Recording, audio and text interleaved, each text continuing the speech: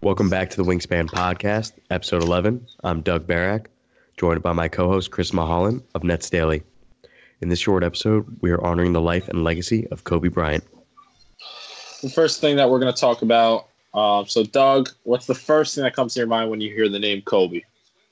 I just think of the sound of swishing, not just through a hoop, because when I first heard the name, I believe I was in high school, so a little over a decade ago.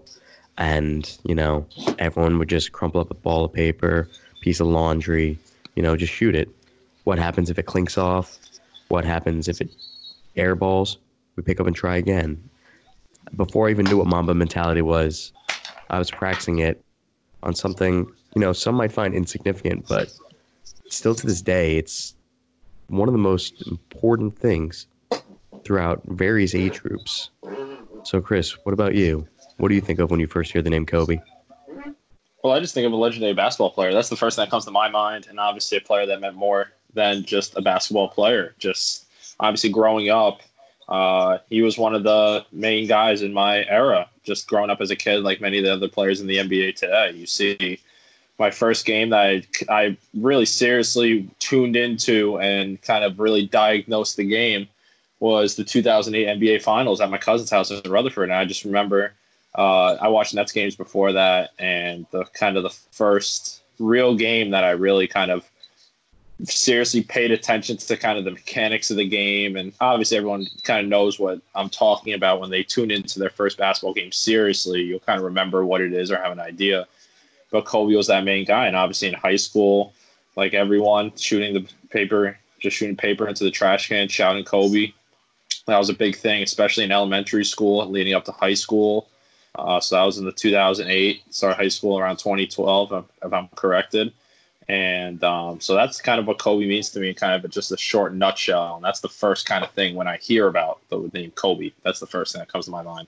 Yeah, for 4 letters, he just has such big meaning. So, Chris, can you talk about Kobe's legacy and how do you think he'll be remembered? Yeah, so when I was just thinking about kind of when the news came out, obviously the first thing that came to my mind was I was in disbelief by it. But now that the news is unfolding and we know what we know at the time of this recording, kind of Kobe's legacy, I could break down after kind of just looking at it and reading over everything and my knowledge of it from just him watching him through the games and everything he's done after his basketball career. I kind of just break it down into a couple parts. So you have Kobe as a person, legacy as a player, legacy as a father, his impact to women's basketball, and his legacy after basketball. So first, I just want to dive into just Kobe as a person. So aside from when he was playing, aside from just his playing career, he was just a rapper, the music influence that he had, obviously, if it was serious or not serious, if it was jokes with Shaq, but that was kind of a main staple in his prime, kind of that showing that he's more than a player, this fun side. The television appearances, more common when he kind of went out side of his retirement, his philanthropy work, his business ventures. And then this is kind of just where it gets most important, just the impact he's made on so many just people, not just players in the NBA. Obviously, you see that what his passing means to the whole entire world across all 7 continents and everything. You see players obviously having the biggest impact, but you just see the fans outside Staples Centers with the tattoos of him, even though they had never met him. You see kind of just what he meant as just being Kobe Bryant, kind of what he meant to the city of Los Angeles. When you think of Los Angeles sports, especially my generation of guys and my kids my age and even older, the first person that you think of when you think of Los Angeles sports is Kobe Bryant. And there's a reason for that. It was not just because of the winning on the court, but it was just what he brought to that table, that Mamba mentality, that attitude, the way he handled himself. And then you just see outside basketball, he spoke multiple languages. The way, I think that's very overlooked is the way he kind of conducted himself in front of many people. So I've heard many stories of people that interacted with him, that Kobe's taken time out to kind of just talk to them, whether they just knew him for the first time or just meeting him again. but he always kind of took the time to really talk to someone. Was very open about conversating. So that's what I just look at as a broad perspective as Kobe as a person. Now, obviously, legacy as a player. Obviously, he kind of came to the scene at Lower Merion High School. His dad, Joe Jellybean Bryant, was a former NBA player, so basketball is kind of always in there as a kind of a way, a career, and it kind of just unfolded from there. But you just look at the statistics: the 18 NBA All-Star selections, 2008 MVP, the 2 Finals MVPs, 5 championship rings, and the 2 Olympic gold medals. That right there, if that doesn't scream winner to a lot of people, I don't know what does, especially in the NBA court. And the way he capped it off, scoring that 60 points in his final game against the Jazz, having 2 numbers retired, 8 and 24 by the Lakers, and then obviously fourth all-time scorer. LeBron just passed him before his passing, and then in August he's going to be a first ballot Hall of Famer and arguably the most stacked Hall of Fame class the NBA has seen, with Tim Duncan, Kevin Garnett, to just name a few. So as a player, you just see kind of that dominance. There'll never be kind of another Kobe.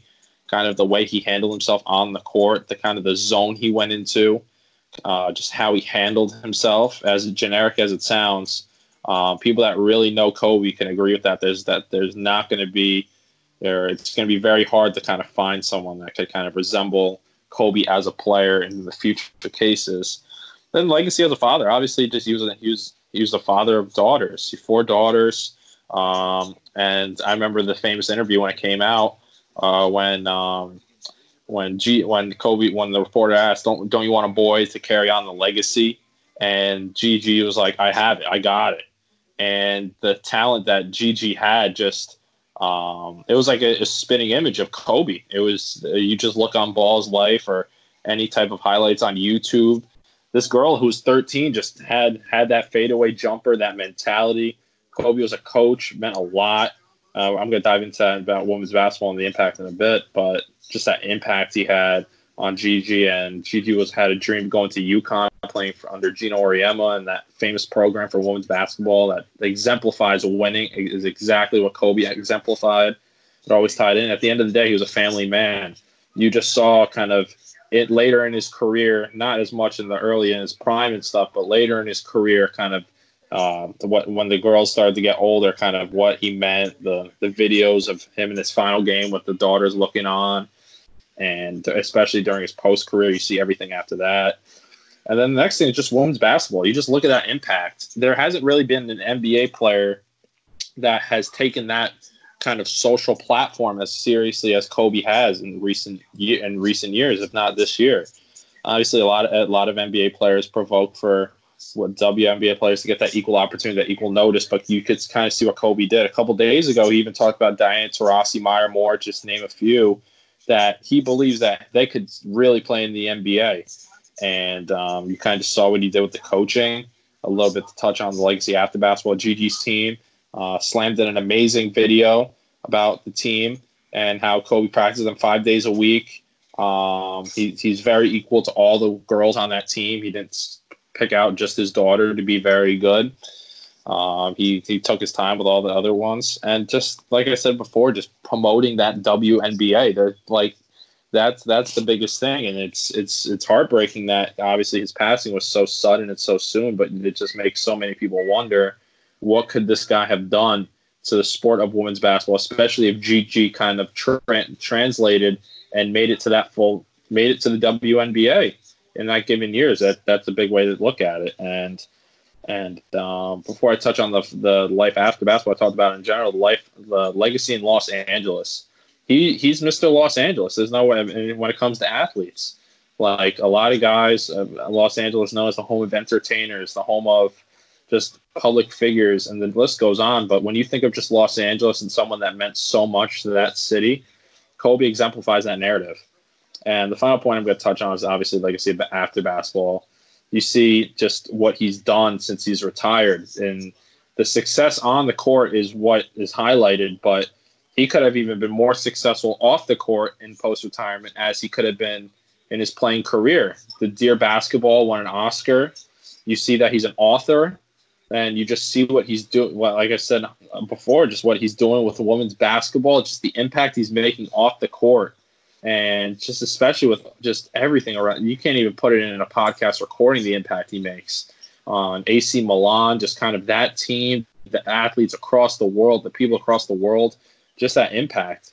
So that's just a little kind of my opinion on it. It's you can't put it into words, just the impact he's made, because it's just that big and that monumental to so many people.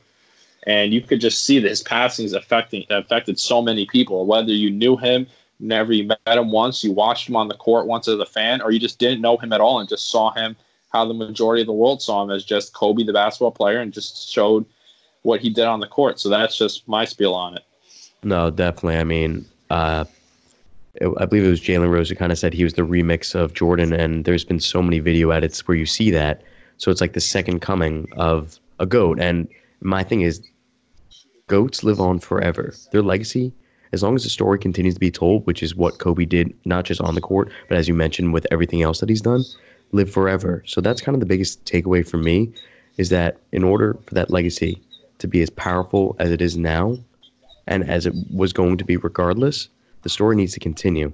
So I really hope that players, look back at the videos, look back through everything that he's done for them. And I mean, you've seen his teammates, you've seen everyone he's just touched, whether it was directly or not. I mean, one of my coworkers, we went to Kobe's last game at Barclays Center without even knowing he was retiring, which made it, just even more impactful.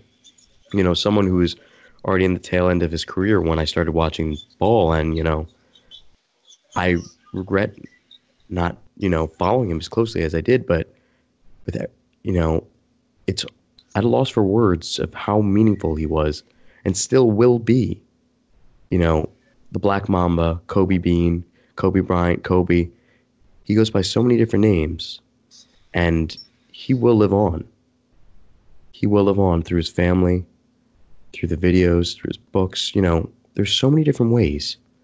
And I wish I could really put together my work. I mean, you basically covered all the cement of it, but all the in-betweens, it's really hard to put it there. I mean, for my 24th birthday, I decided to get a Kobe jersey.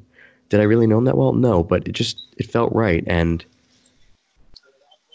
it's just something about it.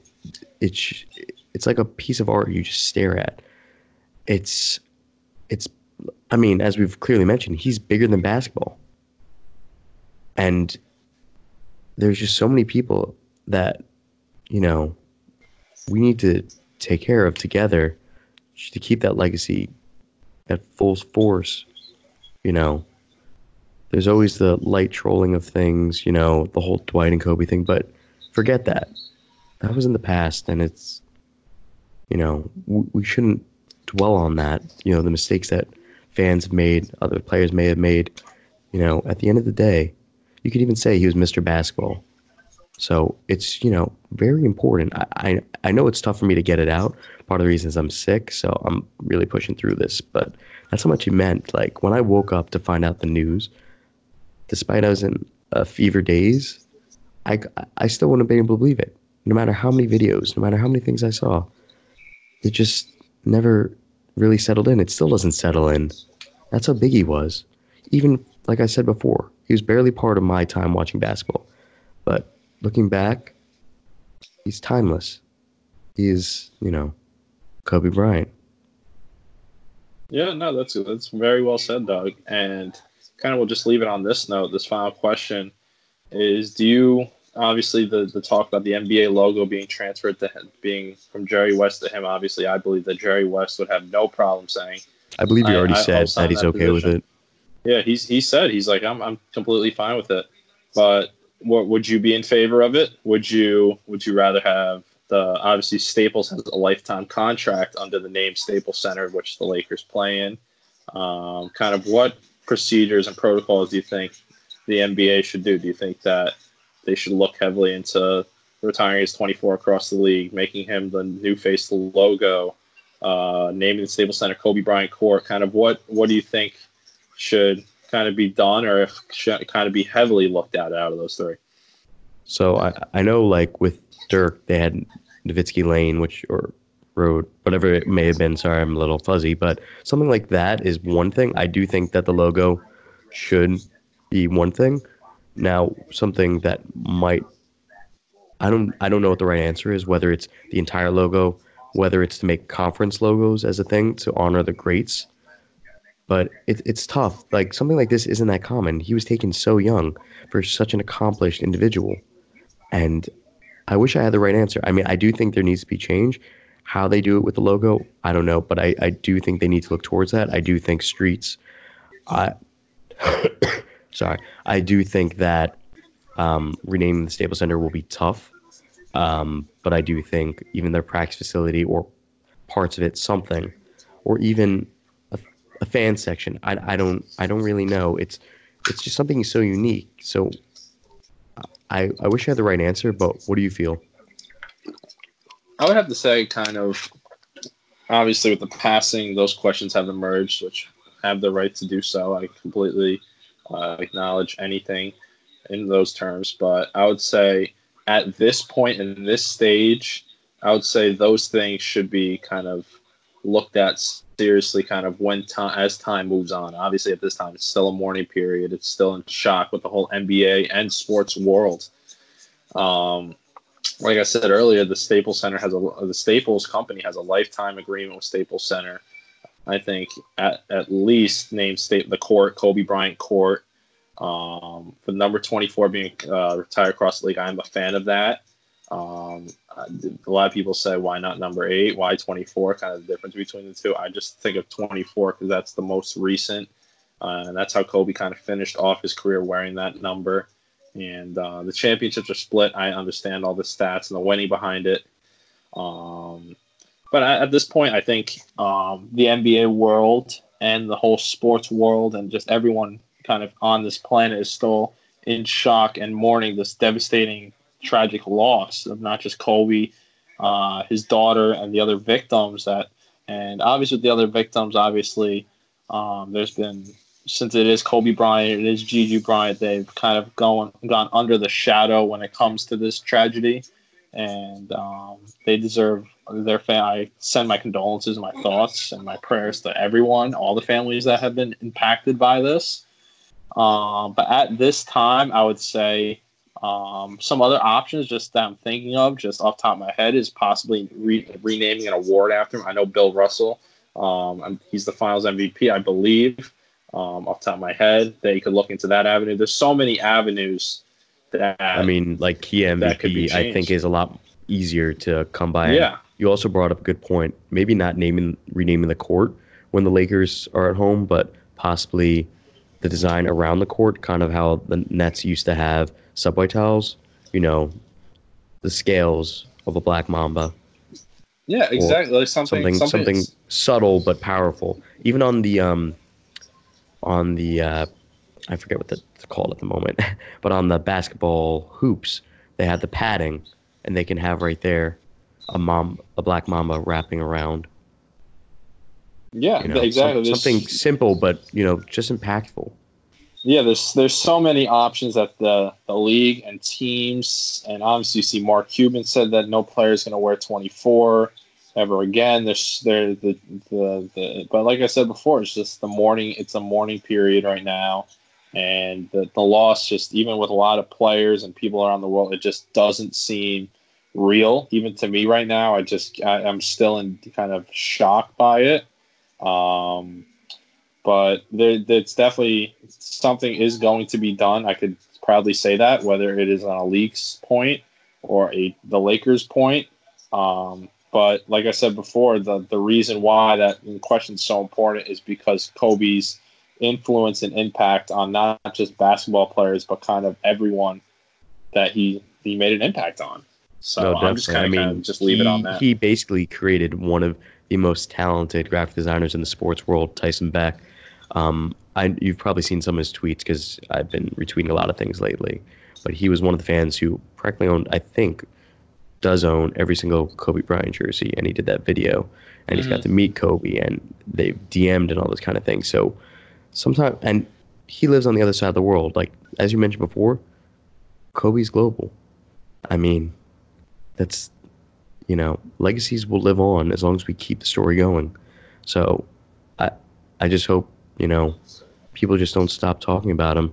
Everything he's done, everything that his family has done thus far. Like, there's just so many different things. And as you mentioned before, condolences to everyone who was lost, family, friends, you know, everyone who was impacted. Because sometimes it's not always clear who's the next person impacted. Because, like I said before, especially in Kobe, like, you may not even know. Maybe, let's say, a neighbor could be the biggest Kobe fan out there. You may not even know. So he just had such an impact, whether it was subtle. I mean, Kobe stands exist for a reason, and rightfully so. So, I mean, let's stand the legacy. Let's keep it going. Yeah, yeah. And I think we're just going to leave it on that. So, guys, thank you again for taking some time out of your day to tune into this. And until next time, thank you. Take care.